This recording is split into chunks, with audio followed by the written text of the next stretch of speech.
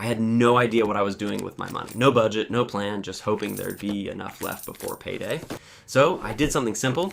I researched the most recommended budgeting method out there, tried applying it to real numbers, and I'm gonna show you exactly what I found. The idea is simple. You split your after-tax income into 3 buckets. 50% goes to needs, rent, groceries, bills. 30% goes to wants, things you enjoy but don't need. And 20% goes to savings and debt payoff. Let's say you bring home $3,000 a month after taxes. Under this rule, $1,500 goes to needs, $900 goes to wants, and $600 goes to savings or paying off debt.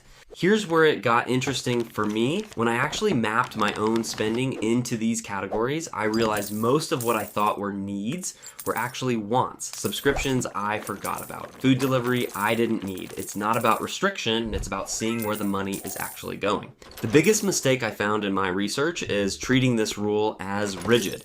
If you live somewhere with high rent, 50% for needs might not be realistic, and that's fine.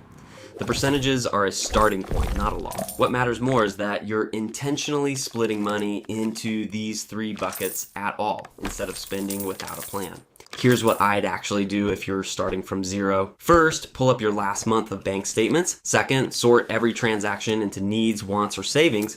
Most banking apps do this automatically now. Third, compare your real percentages to the 50-30-20 target and see where the biggest gap is. You don't need a perfect system on day one. You need a starting point. I'm not a financial advisor. I'm just someone learning this stuff in public and sharing what I find along the way. If you want to follow along as I try more of these methods and see what actually works, subscribe and let me know in the comments what you're struggling with most when it comes to budgeting.